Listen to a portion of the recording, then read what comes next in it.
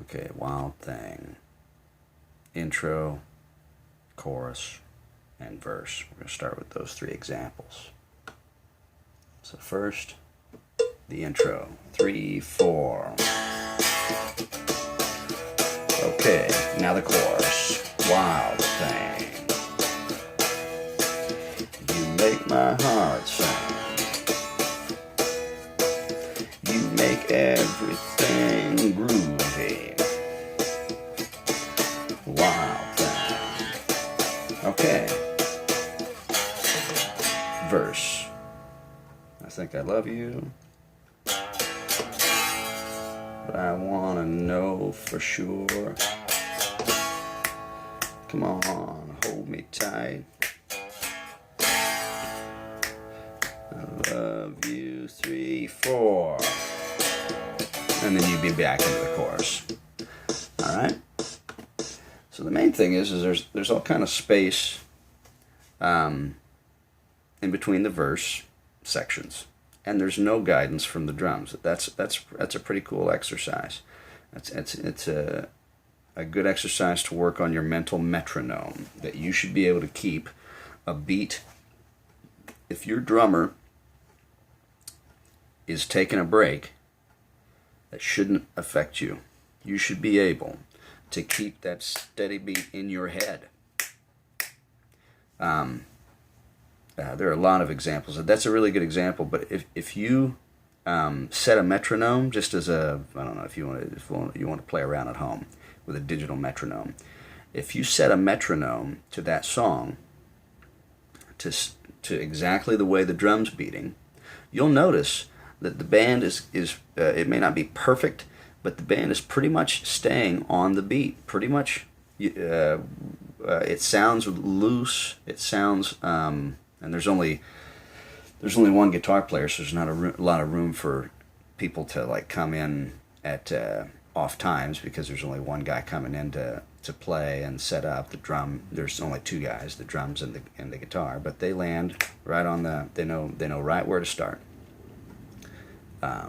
And it's counted out exactly 2 measures. 2, 3, 4. I think I love you. 2, 3. 2, 3, 4. 1, 2, 3. 2, 3, 4. Okay, so less about time and more about fingering. Let's go back to our fingerings. I think you remember from last week, but for you, there's a couple ways to finger this song, to grip this song. The way that, frankly, the way that I'm giving you is a little bit of, it's designed so that you can play it easily. What the band is actually doing, just so you have this on video and you'll know, what they're actually doing is probably all bar chord grips. So they're starting their A here, just so you know and you have it on record. Someday when you want to try this, you can start it. Your first finger is going to be barred across the 5th fret. 3rd and 4th finger will be 7 and 7 on the A string and the D string. So you're going to be playing A. You'll be playing an E and A. So A, E, A, C sharp, another E, and another A. 5, 7, 7, 6, 5, 5. So here, 2nd finger on the 6th string of the G, and the 6th fret of the G string. 3rd and 4th finger on the 7th fret of the A and D string. It's like a G. It's like an E-shaped bar chord at 5. So to go, you go and do those D's the D and the E that I taught you at 5, 7, 7, 7, and 7, 9, 9, 9. The one that I showed you, the grip that I showed you, though, is we're going to make A shapes with our last 3 fingers, with pinky, ring, and middle. And we're starting with an A down here. So open A string, open A, E here at the 2nd fret of the D string, the 2nd A, middle A, on the 2nd fret of the G string, and the C sharp on the 2nd fret of the B string. So A, and you just slide that grip up.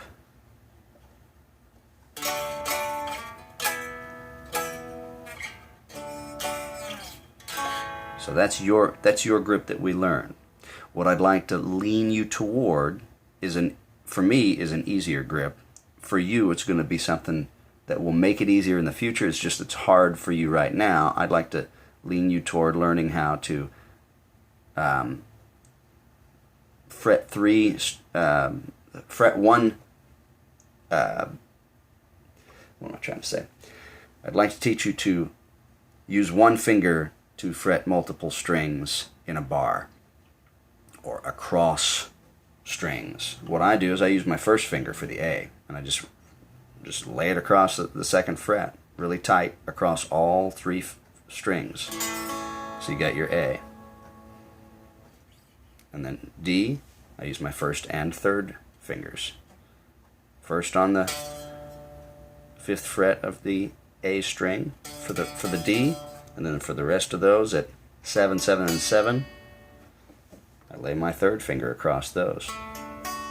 So you got D, A, D, and E. Okay? So that's your intro and your chorus chords. And then when you get to your G, A, G, A for the verse, you got G, only one string you're going to fret, and that's the G, the 3rd fret of the 3rd fret of the E string, and then you're going to ring out. The middle 3 are going to be open D, open G, and open B. And this A string, you're going to leave muted. You're not even going to play that. So the way to do that is to use the finger that you're fretting the G with to mute or lean it against the string to keep it from vibrating. Just lean this finger. You're fretting the E string, but you're muting the A string with this finger. This finger that's pushing down, or this finger, whichever is more comfortable for you to fret. You're only using one finger on your left hand, so it doesn't matter.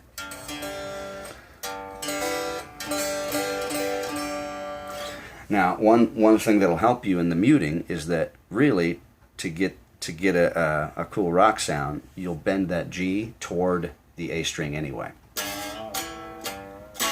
Just slightly, just a choke. And since you're moving that toward the A string, it'll help you to mute that A. It'll be easier to mute that A string because you're bending the G toward it. So if you do happen to get a slight vibration out of it, you'll immediately choke that A string closed by bending the G toward it and stopping the vibration.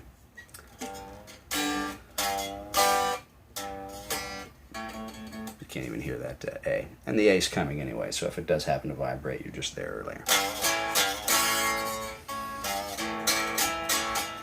It might sound a little dirty, but it's fine. Okay, so G A G A. Again, you can use this fingering, but look at how hard it is to switch from this and then jump to A.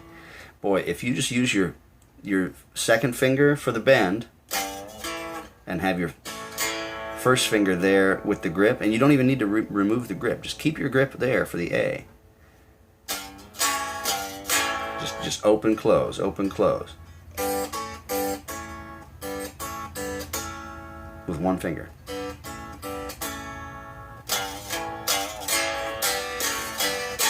Okay? Hopefully that's helpful. If you have any questions, think of them and bring them to me next week.